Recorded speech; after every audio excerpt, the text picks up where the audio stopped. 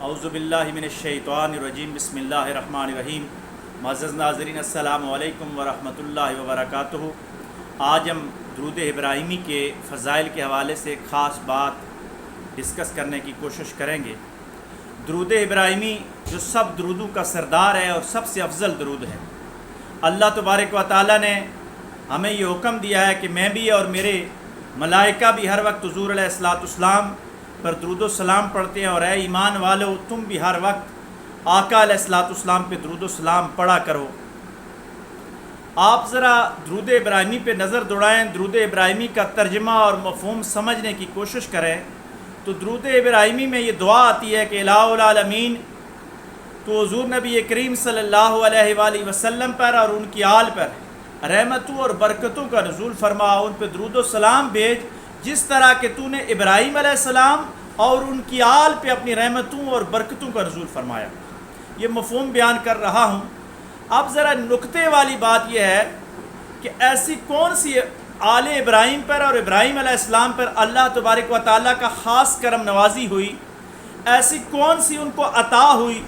جس کے اللہ تبارک و تعالیٰ نے ہمیں حکم فرما دیا کہ آپ بھی دعا فرمائیں، اللہ سے مجھ سے دعا فرمائیں کہ حضور علیہ الصلوۃ والسلام اور ان کی آل پہ وہ والا فضل اور وہ والا کرم ہو جائے جو ابراہیم اور آل ابراہیم علیہ السلام پہ ہوا۔ اس پہ بڑے سوچ و بچار کے بعد میرا یہ وجدان، میرا یہ ایمان گواہی دیتا ہے کہ ابراہیم علیہ السلام پہ اللہ تبارک و تعالیٰ نے جو خاص فضل فرمایا اور آل ابراہیم پہ جو خاص فضل فرمایا وہ یہ فضل تھا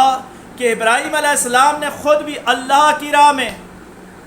اپنی جان، اپنی مال، اپنا وطن سب کچھ قربان کر کے رکھ دیا،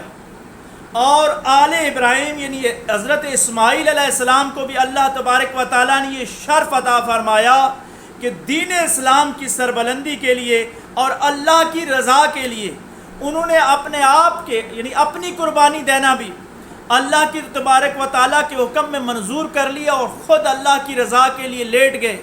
اور قرآن مجید میں وہ خوبصورت جملے کے فرماتے ہیں کہ اللہ صبر کرنے والوں کے ساتھ ہے، یعنی اللہ کی رضا میں صبر کر کے اس کے آگے اپنا گلا پیش کر دینا، اپنی گردن کو کٹانے کے لیے تیار ہو جانا۔ یہ آل ابراہیم کو اللہ تبارک و تعالیٰ نے خاص فضیلت عطا فرمائی تھی، اور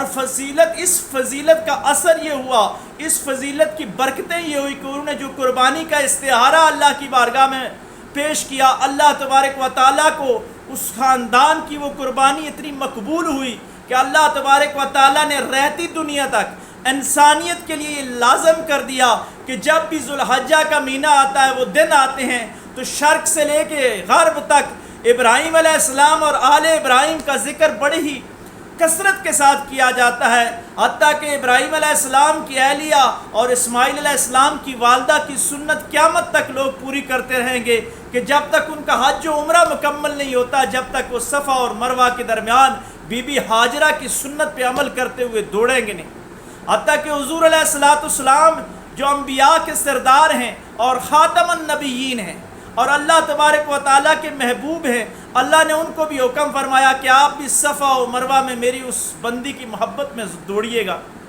یعنی حضور علیہ الصلوۃ والسلام کے دوڑنے سے ہاجرہ علیہ السلام کو اس مقام کو، اس سنت کو مزید دوام عطا ہو گیا کہ قیامت تک یہ میرے آقا علیہ الصلوۃ والسلام کی سنت ہوگی۔ تو گویا ابراہیم علیہ السلام اور آل ابراہیم پہ اللہ نے یہ فضل فرمایا کہ وہ اللہ کی بارگاہ میں قربانی کے لیے چنے گئے اور ان کی قربانی منظور اور مقبول ہو گئی۔ حضور علیہ الصلوۃ والسلام پہ جو درود السلام پڑھا جاتا ہے، جو درود ابراہیمی پڑھا جاتا ہے، میں سمجھتا ہوں کہ اس کی بھی قبولیت ہوگی کہ اللہ تبارک و تعالیٰ نے حضور علیہ الصلوۃ والسلام پہ تو رحمتوں اور برکتوں کا وہ نزول عطا فرمایا کہ وہاں تک تو کوئی پہنچ ہی نہیں سکتا، یا اللہ جانے کہ حضور کا کیا مقام ہے، یا حضور علیہ الصلوۃ والسلام خود جانتے ہیں کہ حضور علیہ الصلوۃ والسلام کا کیا مقام ہے۔ لیکن آل رسول صلی اللہ علیہ وآلہ وسلم پہ بھی یہ کرم ہوا کہ آل رسول نے بھی آل ابراہیم کی سنت پہ چلتے ہوئے اور اس دعا کا اثر اور اس درود ابراہیمی کا اثر کہ حضور علیہ الصلوۃ والسلام کی آل نے بھی اپنا وطن چھوڑا، اپنا مال چھوڑا، اپنے اہل و عیال کو قربان کیا، اور آخر میں حضور علیہ السلام کی آل میں جو سردار تھے امام عالی مقام امام حسین رضی اللہ تعالیٰ عنہ، انہوں نے اپنے سر اللہ کی بارگاہ میں قربان کر دیا۔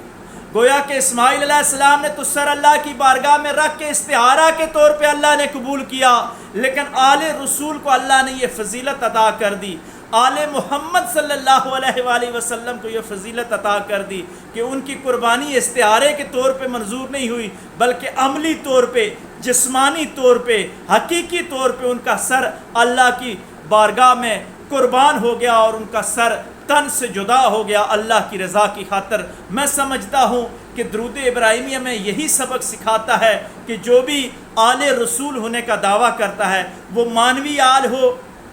حضور علیہ السلام کی یا نسبی آل ہو، یعنی حضور علیہ السلام کا نام لیوا جو حضور علیہ السلام کے امتی ہیں، جو حضور علیہ السلام کے عاشق ہیں، جو حضور علیہ السلام کے غلام ہیں، یہ مانوی اولاد میں قیامت تک حضور علیہ السلام کی اولاد ہیں، اور جو نسبی اولاد جو امام عالی مقام امام حسن اور امام عالی مقام امام حسین رضی اللہ تعالیٰ عنہ کی نسل سے ہیں، وہ سادات، ان کے لیے بھی یہ لازم ہے قیامت تک کہ وہ اسماعیل علیہ السلام کی اس استعارے والی قربانی پہ عمل کرتے ہوئے حقیقی قربانی اللہ کی بارگاہ میں پیش کرتے جائیں۔ تو اس طرح حضور علیہ السلام کے تو درجات بلند ہیں، لیکن حضور علیہ السلام کے صدقے ان کی مانوی اولاد اور ان کی نسبی اولاد پہ بھی اللہ تبارک و تعالیٰ اپنی خاص رحمتوں اور برکتوں کا نزول فرمائے گا۔ میں سمجھتا ہوں کہ درود ابراہیمی کی اس دعا کے مصداق سب لوگ ہیں جو